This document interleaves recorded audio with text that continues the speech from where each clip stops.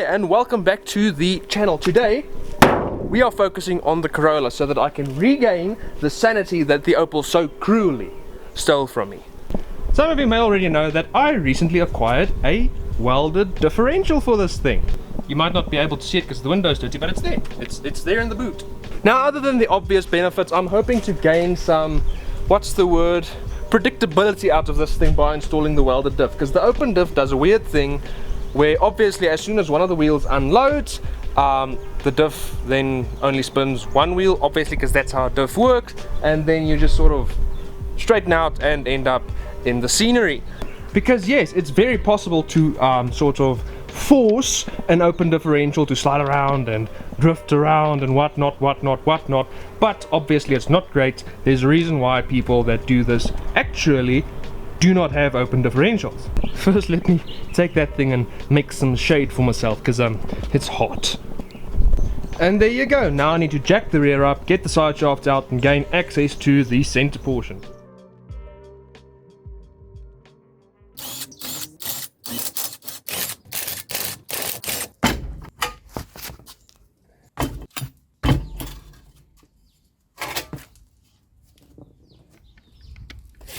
Hello there. Hi there. Can I help you? There you go. Ha! Oh no! Where's that from? What? So that's a piece of brake lining, but the linings on here are still intact. Where do you come from? Now, most of you already know the operational test of an open diff. You turn it one way and then the other side will turn the opposite way. So I turn this forwards and then the other side turns backwards. Now the question is, how are you actually going to get the side shaft out? Now, as you can see right there, there are those little access holes right there. Now the diff in this thing is slightly different to the rear diff in the Hilux. The Hilux had studs in the backing plate and then the bolts actually were on the casing side, so the bolts were on the inside of the wheel. This has the studs coming out of the casing and then the bolts are on the backing side space, on the outer side of the backing plate, so the bolts face outside. So those little portholes are there so you can get a socket through, so you can actually access the bolts to unbolt the backing plate from the actual axle housing.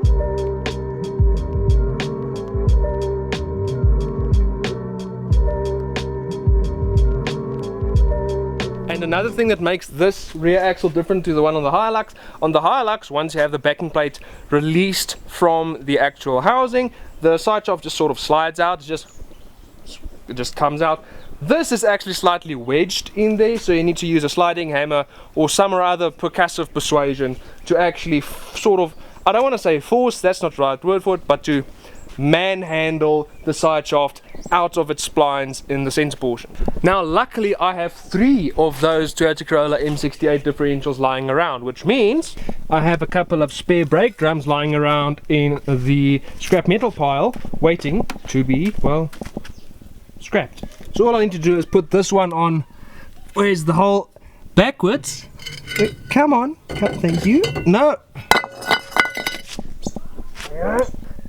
As I was saying, all I need to do is put that one on backwards, bolt it down using, well, those bolts over there, and then go to town on it with a 4-pound hammer.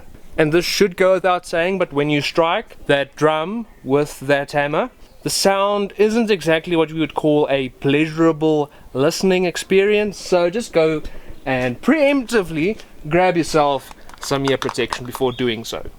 I am glad I did not record that because that was not pretty. But now I know how to get the other side out. I don't look forward to doing it, but now I know how.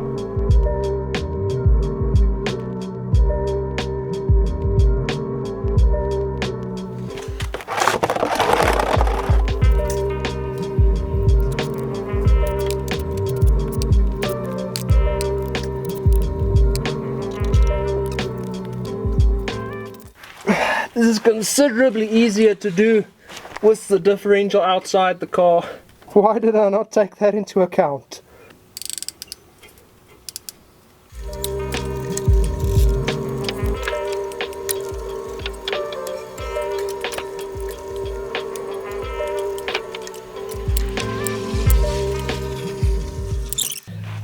Alrighty then, moment of truth. Let's see what kind of health this diff was in.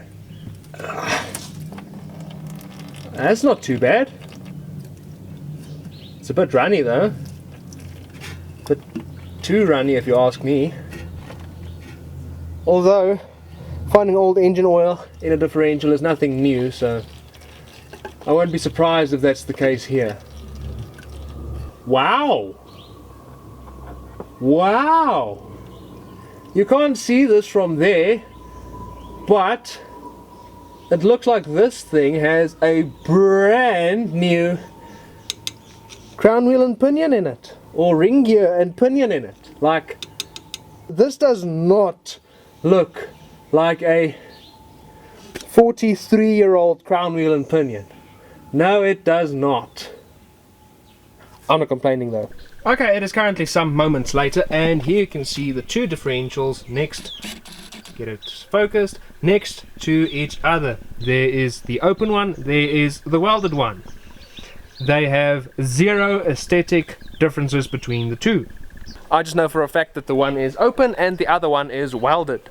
But sadly there is one other difference hindering me from putting the welded one in there. That is that has a 37 spline crown wheel and that has a 35 spline crown wheel, and that means they have different ratios. So if I put the welded one in there just like that, it simply would not work. So I need to switch over the crown wheels and then I can pop it in.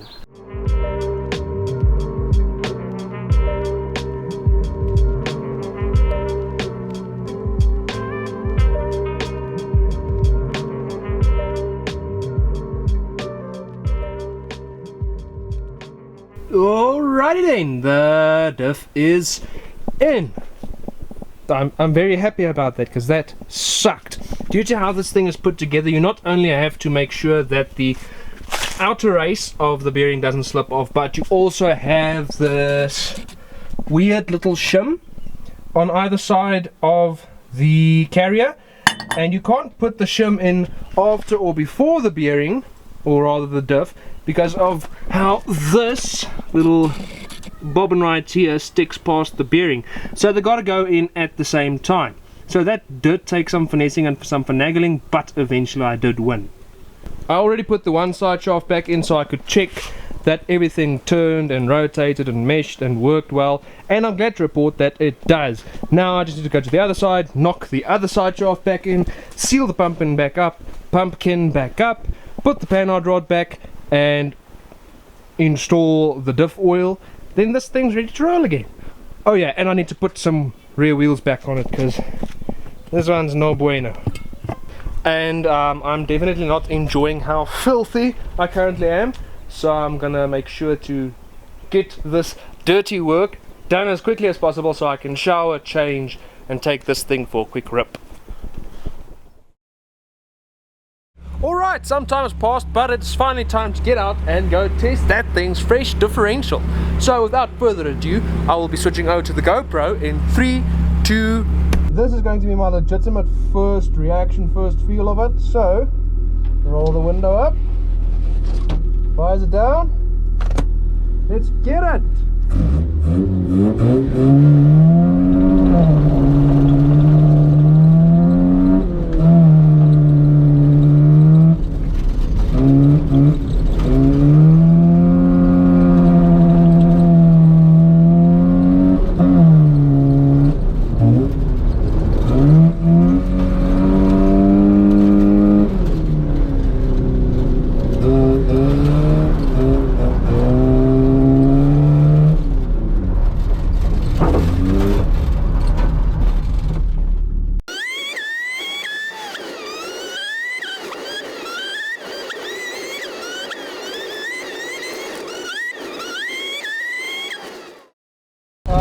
As predicted, it's much more predictable, much more manageable, but it's a lot faster.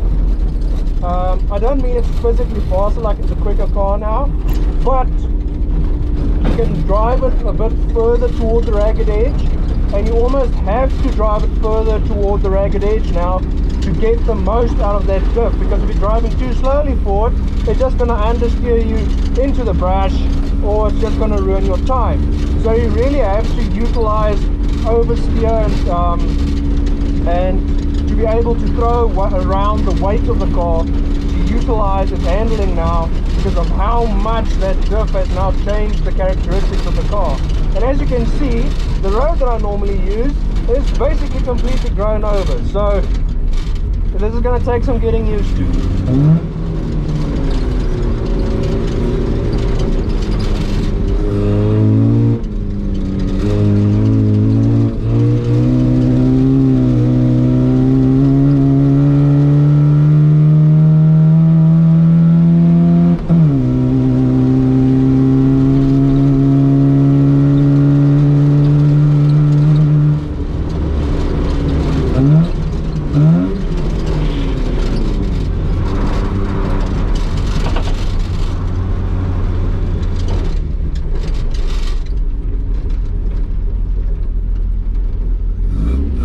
Mr. Gear.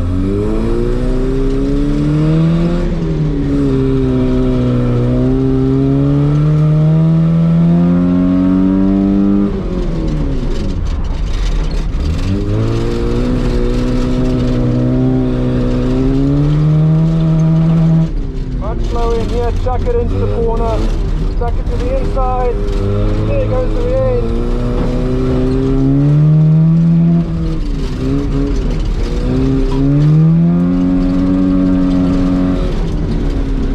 Down.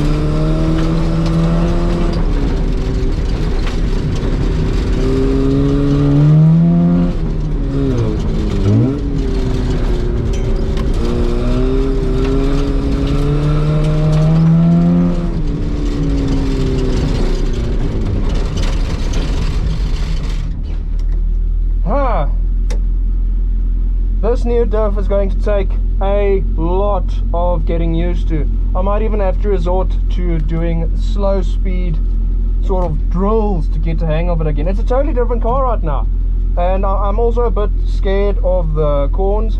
I really don't want to end up in them or damage them or hit them or anything. Anyhow, let me try this again.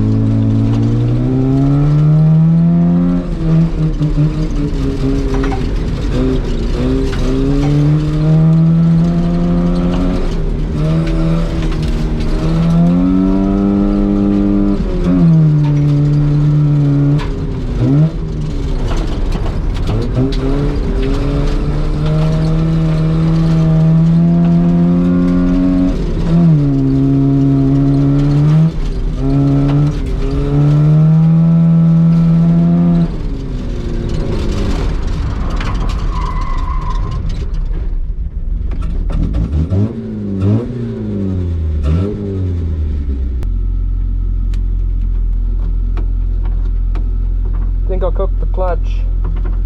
Oops. So yeah, the long and the short of it is I forgot to put my gloves on. That's why I've been sucking. I forgot to put on my damn gloves. Dickhead. Anyways, moral of the story is I'm now actually going to have to drive this car. I'm actually going to have to use proper technique, properly feather the throttle, because with the open diff you basically send it into the corner, plant your foot, and then it just sort of goes, because you've only got one wheel spinning, so you force it around and it works. But with a block diff, it now actually wants to go forward. So you actually have to be much more finessive. You actually now have to finesse the throttle, be much more careful with your inputs. And I'm going to have to learn left foot braking. I'm going to have to add that to my repertoire, because I've sensed that that is now going to be necessary to get the proper rotation out of the car, or to save a situation if I end up understeering. So this is definitely going to be a new challenge for me, but I'm glad I did it, because I can't even describe it, but I can immediately feel that I'm pulling more G's through the corners, because I can actually feel the car shoving me back into my seat through a corner, because it's wanting to sort of claw itself forwards. So that's cool, that's great, that's awesome, but it's making some rather funny noise, so I should probably inspect something that's rotating. That might have caused a problem.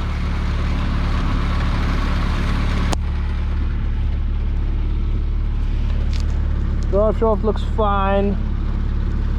Yeah, she'll be right, she'll be right.